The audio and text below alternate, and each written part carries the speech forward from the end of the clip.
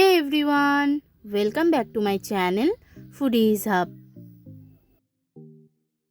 So আজকে আমি আবারও তোমাদের সামনে হাজির হয়ে গেছি আরও একটা রেসিপি নিয়ে। আজকের রেসিপিটি একটা স্ন্যাক টাইপ রেসিপি, বিকেলে চা বা কফির সাথে খাওয়ার জন্য কিন্তু একটা পারফেক্ট কম্বিনেশন। আজকের আমার এই রেসিপিটির নাম হলো ক্রিস্পি এগ ফিঙ্গার। তো তাহলে চলো বেশিক্ষণ দেরি না করে এটা বানাতে আমাদের কি কি ইনগ্রিডিয়েন্টস এখানে লাগছে আগে তাহলে আমরা সেটা একবার দেখে নিই। তো ক্রিস্পি এগ ফিঙ্গার বানানোর জন্য আমাদের প্রথমেই যেটা লাগছে সেটা হচ্ছে ডিম। এখানে আমি দুটো ডিম নিয়ে নিয়েছি। এবার আমি এখানে নিয়ে নিয়েছি 1 টেবিল স্পুন মতো নুন, 1 টেবিল স্পুন মতো ব্ল্যাক পেপার আর 1 টেবিল স্পুন মতো কাশ্মীরি লঙ্কার গুঁড়ো। আর আমি এখানে নিয়ে নিয়েছি 2 টেবিল স্পুন মতো সাদা তেল। এটা আমার কিসের জন্য লাগছে আমি তোমাদেরকে পরে বলছি। আমাদের এখানে কিন্তু আরও দুটো মতো ডিম লাগছে। তো এই ডিমটা কিন্তু আমি কোটিং করবার জন্য এখানে নিয়ে নিয়েছি। এখানে আমি নিয়ে নিয়েছি 1/4 টেবিল স্পুন মতো ময়দা, 1/4 টেবিল স্পুন কর্নফ্লাওয়ার, কিছুটা চিলি ফ্লেক্স আর কিছুটা অরিগানো। এখানে কিন্তু ময়দা আর কর্নফ্লাওয়ারের কোয়ান্টিটি সেম। আর এগ ফিঙ্গারটাকে একটু বেশি ক্রিস্পি করার জন্য আমি এখানে নিয়ে নিয়েছি ব্রেড ক্রাম্বস। সবশেষে আমি এখানে গার্নিশিংয়ের জন্য নিয়ে নিয়েছি রিং অনিয়ন্স আর কিছুটা পরিমাণে করিয়েন্ডার লিভস। আর আমি এখানে নিয়ে নিয়েছি কিছুটা পরিমাণে গ্রেটেড চিজ আর টমেটো সস। তো চলো তাহলে এবার রেসিপিটাকে স্টার্ট করা যাক।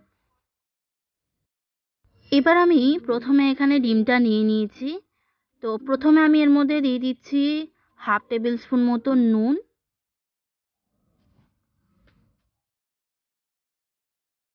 এরপর আমি এতে দিয়ে দিচ্ছি 1/2 টেবিল স্পুন মতো ব্ল্যাক পেপার। এবার আমি এতে দিয়ে দিলাম 1 টেবিল স্পুন কাশ্মীরি লঙ্কার গুঁড়ো। তো সব কিছু দেওয়ার পরে ডিমের সাথে সব কিছুকে ভালোভাবে মিক্স করে নিতে হবে। তো এইভাবেই আমি পুরোটা করে নেওয়ার পরে আবার পরে তোমাদেরকে দেখাচ্ছি। তাহলে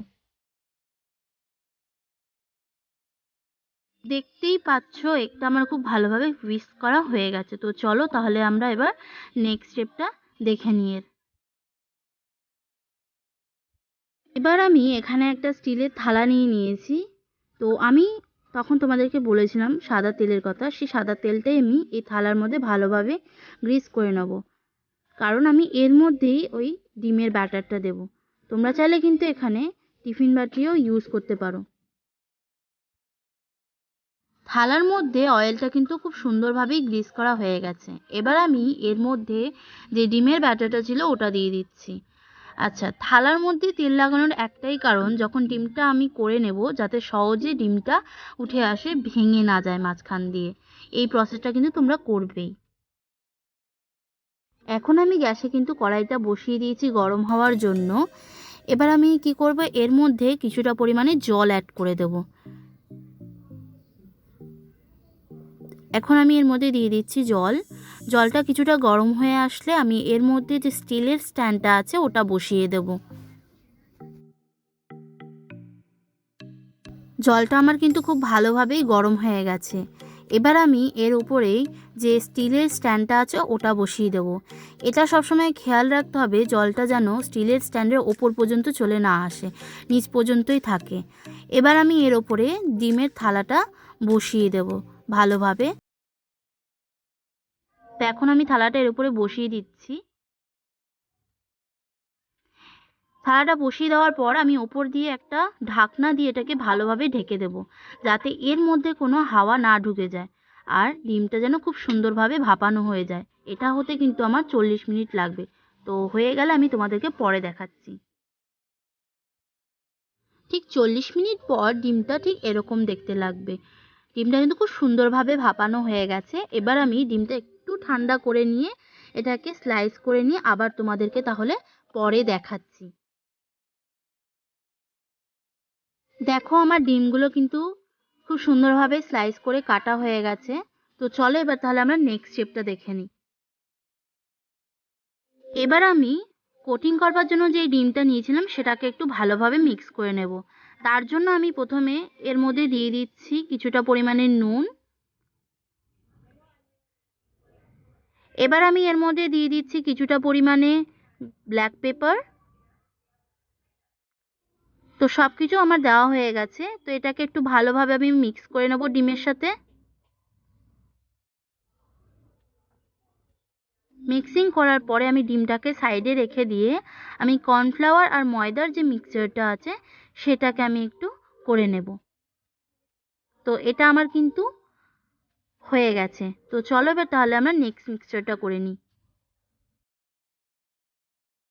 এবার আমি এই সবগুলোকে একসাথে ভালোভাবে মিক্স করে নেব। এখানে রয়েছে ময়দা, কর্নফ্লাওয়ার, চিলি ফ্লেক্স আর অরিগেনো।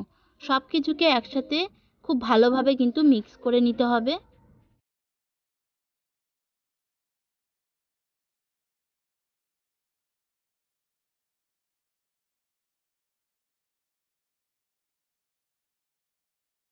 তো আমার এখন কিন্তু মিক্সিংটা কমপ্লিট হয়ে গেছে। তো চলো এবার আমরা তাহলে নেক্সট স্টেপটা দেখে নিই।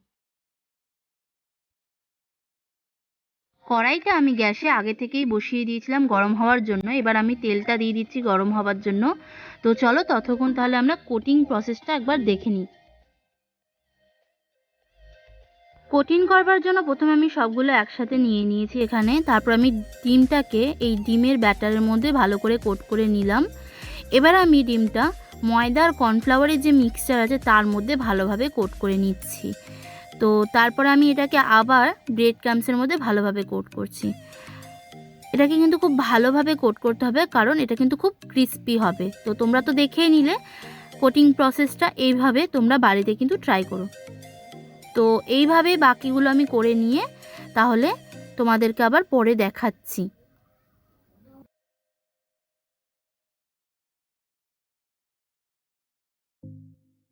আচ্ছা, তাহলে দেখো এখানে আমি সব ডিমগুলোকেই একই প্রসেসে কিন্তু ভালোভাবে কোট করে নিয়েছি। এবার হলো ডিপ ফ্রাইয়ের পালা। তো চলো সেটা করা স্টার্ট করি। তেলটা আমার গরম হয়ে গেছে। এবার আমি এর মধ্যে এই ডিমটাকে ছেড়ে দেব, দিয়ে এটাকে ভালোভাবে কিন্তু ডিপ ফ্রাই করতে হবে। হালকা লাল লাল করে এটাকে ভেজে নেব, বেশি কড়া করে কিন্তু ভাজবো না।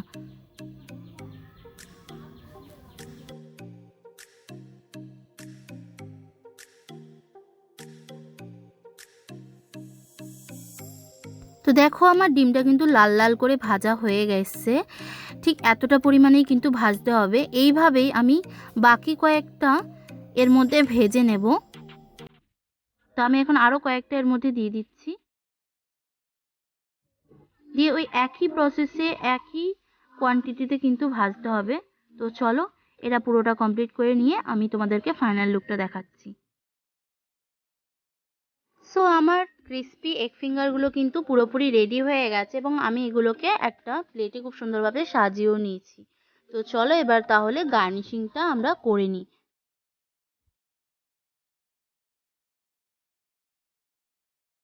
এখন আমি গার্নিশিং স্টার্ট করব। ওপর দিয়ে আমি কিছুটা পরিমাণে গ্রেটেড যে চিজটা ছিল সেটা ছড়িয়ে দিচ্ছি ভালোভাবে। দেখো গ্রেটেড চিজটা দেওয়ার পরে কতটা সুন্দর লাগছে আরো দেখতে।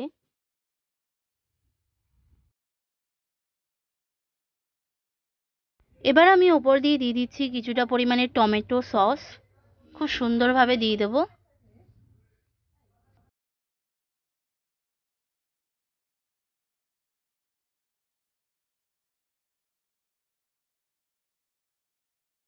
এরপর আমি যে রিং অনিয়ন্সগুলো নিয়েছিলাম সেগুলোকে এক এক করে সাজিয়ে দেবো এর উপরে।